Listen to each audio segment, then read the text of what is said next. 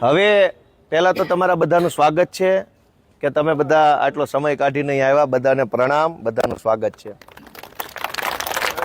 સામે ઓલું સફેદ પાટિયું મારેલું દેખાય છે બધાને? આ નજીકમાં હાવ એ મુખ્યમંત્રીની ઓફિસ છે. ત્યાં પાછળ ઓલા કાચ દેખાય છે, પડદા જેવું દેખાય છે, ત્યાં અંદર જ એ બેહે છે. બહુ મોટી ઓફિસ છે, એમાં બધા મંત્રી બેહે. આખું નાનું બિલ્ડિંગ છે ને એમાં, અને આમાંય થોડાક બેહે. આનકોરે નાનું બિલ્ડિંગ છે, પછી આ મોટું છે બે બાજુ. મોટામાં બધા સચિવ બેહે, તમામ પ્રકારના સચિવો હોય. એક એક આખું આમ રેલગાડી ભરાય એટલા સચિવો હશે અહીંયા. કામ શું કરે છે તમે જાણો, આપણે વખાણ કરવી ભૂંડા લાગવી. પબ્લિક જ એના વખાણ કરે કે શું કામ કરે છે. આવા 14 બિલ્ડિંગો છે. આવા આ દેખાય ને, જો આની અંદર 12 લખેલા છે. આવડું આ લગભગ 5 નંબર કે 4 નંબરનું. આવા 14 બિલ્ડિંગો ચારો તરફ છે. હજારો માણસો કામ કરે છે. કરોડો રૂપિયાનો પગાર છે. 1 લાખ કરોડ રૂપિયાનો પગાર. ખાલી પગારમાં 1 લાખ કરોડ વપરાય છે. હવે 1 લાખ કરોડમાં મીંડા તમે નિરાતે ગણજો. ગુજરાતની જનતા જે પૈસા ચૂકવે છે ટેક્સ પેટે, એમાંથી 1 લાખ કરોડ રૂપિયાનો તો ખાલી સરકારી માણસને પગાર જ વયો જાય કામ કરવાનો. હવે શું કરે છે ને કોની હાટો કરે છે એ તમે નિર્ણય લેજો આવતી ચૂંટણીએ. આવડી મોટી બિલ્ડિંગો, એસી, ગાડીઓ, ફૂલ સુવિધામાં તમને એમ લાગે કે આ વિદેશ જ છે. અહીં તમે જોવો છે ક્યાંય ધૂળે નહીં જોવા મળે, માખીઓ જોવા નહીં મળે, ગંદકી નહીં હોય, ટ્રાફિક નહીં હોય. ફૂલ ફેસિલિટીમાં જીવવાનું તમારા પ્રતાપે છે. અને એટલે જ હેઠે ઉતરવા તૈયાર નથી. હવે ખંભે બેહી ગયા છે. એટલે તમે આ બધું જોવો તો તમને ખબર પડે કે મત નકરા લઈ જાય પછી અહીં શું કરે તો કે મજા. કામ કરતા હોય તો હેઠે નું આવું થઈ ગયું હોય, કેમ અહીંયા જ આવું છે. એટલે તમે બધા આવ્યા. આ વિઠ્ઠલભાઈ પટેલ ભવન લખ્યું છે. વિઠ્ઠલભાઈ પટેલનું નામ કેમ છે અહીંયા? વિઠ્ઠલભાઈ પટેલ સરદાર પટેલના હગા ભાઈ હતા, મોટા ભાઈ. અને સંસદીય પ્રક્રિયાઓ જે છે, લોકસભા કેમ ચાલે, વિધાનસભા કેમ ચાલે, એના જે નિયમો છે, એના દેશના બહુ સૌથી બુદ્ધિશાળી માણસ એ જમાનામાં એ હતા. અને અંગ્રેજોએ વિધાનસભા બનાવી હતી, સેન્ટ્રલ લેજિસ્લેટિવ એસેમ્બલી, કેન્દ્રીય વિધાનસભા હતી દિલ્હીમાં. એનું અત્યારે દિલ્હી સરકાર જ્યાં બેસે છે એ બિલ્ડિંગ અંગ્રેજોએ બનાવ્યું. એના એ અધ્યક્ષ હતા અને ખૂબ બુદ્ધિશાળી માણસ હતા. એ જમાનામાં સૌથી બુદ્ધિશાળી માણસ કહેવાય વૈધાનિક બાબતો સંસદીમાં એ હતા. અને એના દિમાગના આઈડિયાથી તે આખી બધી પ્રણાલિકાઓ બની છે. અને એટલે એવા મહાન માણસનું નામ એ વિધાનસભા ઉપર રાખ્યું છે. આ બંને મોટા, આ નાના નાના બિલ્ડિંગ છે એ સ્વર્ણિમ સંકુલ છે. અને ઓલા છે એ સચિવાલયના મકાનો છે. ગાંધીજીના 2 પુત્રો બેહાડ્યો છે જો સામે, પણ મોઢું અવળું રાખ્યું છે. ગાંધીજી આંકોર જોઈને બેહી નથી કેમ કે આ જોવા જેવું શું છે. એ અવળું ફરી ગયા, એ અવળું ફરી ગયા. એ કે આમાં તમારે સામે મારે જોવું જ નથી. કે જોઈ લો કઈ બાજુ મોઢું છે. નકર નજર ગાંધીજીના રાષ્ટ્રપિતા છે એની નજર છોકરા ઉપર વળી જાય કે શું કરે છે મારા બેટા રોજ બેહી. એને બદલે એ કે મૂકો ભાઈ, મારે આમાં કઈ જોવું નથી. કે આમ ફરી ગયા. આ હાલત અહીંયા છે, જોઈ લીધી નજરે. હવે કહેજો બધા ગામમાં જઈને લોકોને ગાંધીજી જેવા ગાંધીજી મોઢું ફેરવી લીધું છે. હવે આપણે ક્યાં એની વાહે લબડવાની જરૂર છે? વાત સાચી કે ખોટી? પછી અંદર બધા કેવું વાંચતા હતા? રેડી વાંચતા હતા? ભાષણ તો ક્યાંક હતું, વક્તવ્ય હતું જ નહીં, વાંચતા હતા. એટલે મેં તમને પૂછ્યું કે વાંચતા હતા બરાબર? થોડાક આ બાજુ આવી જાવ એટલે હાલવાની વ્યવસ્થા. થોડાક આ બાજુ આવી જાવ. એક ઓલું પીળું પંપુડું હટાઈ દેજો વડીલ. કાંઈ વાંધો નહીં, હટાઈ દો તમે. હાવ હાલવાની વ્યવસ્થા થઈ જાય. હા, મારો વારો હજુ આવશે. એટલે હવે વસ્તુ શું છે, 2 વાત છે. મારે અંદર જવાનો ટાઈમ થઈ ગયો છે. કે સરકાર કરોડો અબજો રૂપિયા ફાળવે છે. 4 લાખ કરોડનું બજેટ આવ્યું. એવડી મોટી મોટી વાતો અહીંયા બેહીન થાય છે. એના કરતાં 10% કામ હેઠે નથી થતું. તમે વાતો 20 કિલોની કરો તો 500 ગ્રામ તો કામ કરો. અમે એટલું જ કહીએ છીએ વિપક્ષ તરીકે, 500 ગ્રામ કામ કરીને દો. 20 કિલોની ભલે વાત કરી લીધી, પણ નહીં. ગયા વર્ષે 20 કિલોની કરી હોય તો આ વખતે 40 કિલોની વાતો કરે.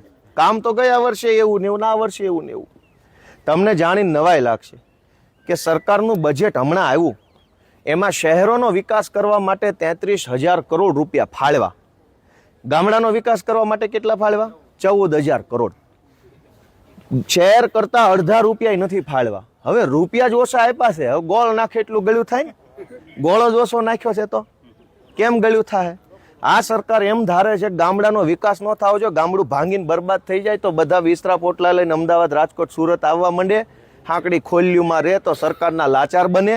અત્યારે તમે તમારા મરજીના માલિક છો, કેમ કે 10, 15, 20 વીઘાના તમે ખાતેદાર છો, એટલે તમે આમ તમારું બિંદાસ છે કે ભાઈ આપણે કોઈના ઓશિયાળા નથી, અમારું ખેતર છે, મહેનત કરીને ખાવું છે, કોઈની ઓશિયાળી કરવી નથી. તમને ઓશિયાળા બનાવવા હાટું થઈ ખેતીનો વિકાસ ન થાય, ગામડાનો વિકાસ ન થાય, એટલે અહીંથી પૈસા જ ઓછા ફાળવા છે.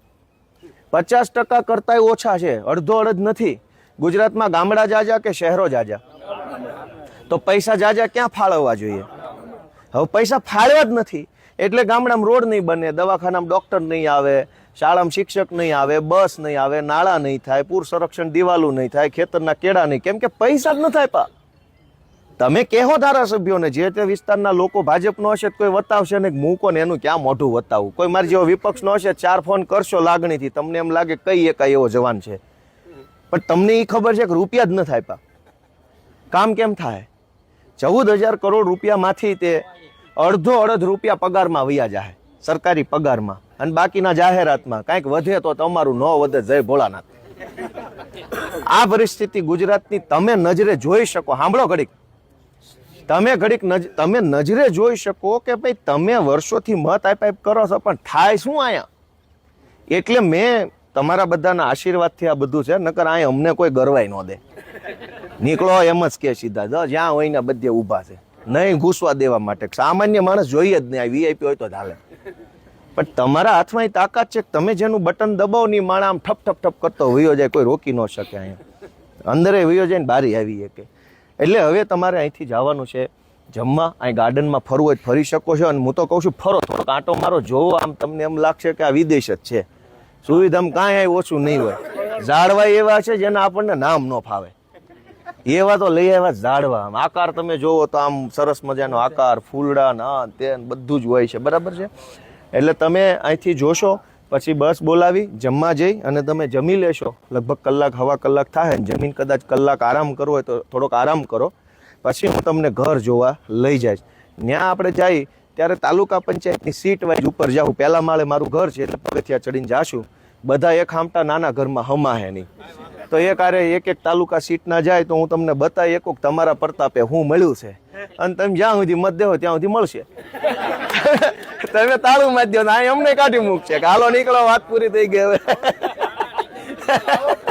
એટલે પણ મારું એટલું જ કહેવાનું છે કે તમારા પ્રતાપે, પબ્લિકના પ્રતાપે જનતાએ કેટલો પરસેવો રેડે છે ને, ત્યારે આ લોકો અહીં કેવી મજા કરે છે, અને ઊભા થઈને કોઈ કામની વાત ક્યાંય પબ્લિકનું આવતું નથી. માત્ર મોદીના વખાણ, માત્ર અમિત શાહના, હર્ષ સંઘવીના, જે ઊભો થાય ને વખાણ કરે છે, જે ઊભો થાય ને નકરું. અરે પણ 10 મિનિટ ખાલી માનની ભૂપેન્દ્રભાઈ પાછા એને મૃદુ બોલતા નથી આવતું, મુર્દું કરે. અડધાને તો મૃદુ એટલે કોમળ, એને મૃદુ બોલતા ને કે મુર્દુ મુખ્યમંત્રી. આવું હાવ બધું જય ભોળાનાથ હાલે. એટલે બધું ઈ તમે નજરે જોવો તો તમે માનો. એટલે મેં તમને અહીંયા આમંત્રણ કર્યું છે, તમે આવ્યા, મને બહુ ખુશી થઈ. મારાથી કાંઈ અગવડ સગવડ થઈ હોય તો માફ કરજો, થોડી ઘડિયા પાટી છે. કાંઈ દાંતો પૂરા આવતા હોય પણ કેમેરા અમારી સામે હોય બહુ કઢાય નહીં. ઝાઝા દાંત આવતા હોય પણ કેટલાક કાઢવા, ઓલો અમારી સામે હોય નકરા દાંત કઈ કરે, પછી શું કરવું અમારે રીતે, બરાબર છે. અને બધાનો ખૂબ ખૂબ હૃદયપૂર્વક આભાર. હું અંદર જાઉં છું. ધવલભાઈ, દિનેશભાઈ ને બધા આપણા સંકલન જોઈ રહ્યા છે, બરાબર.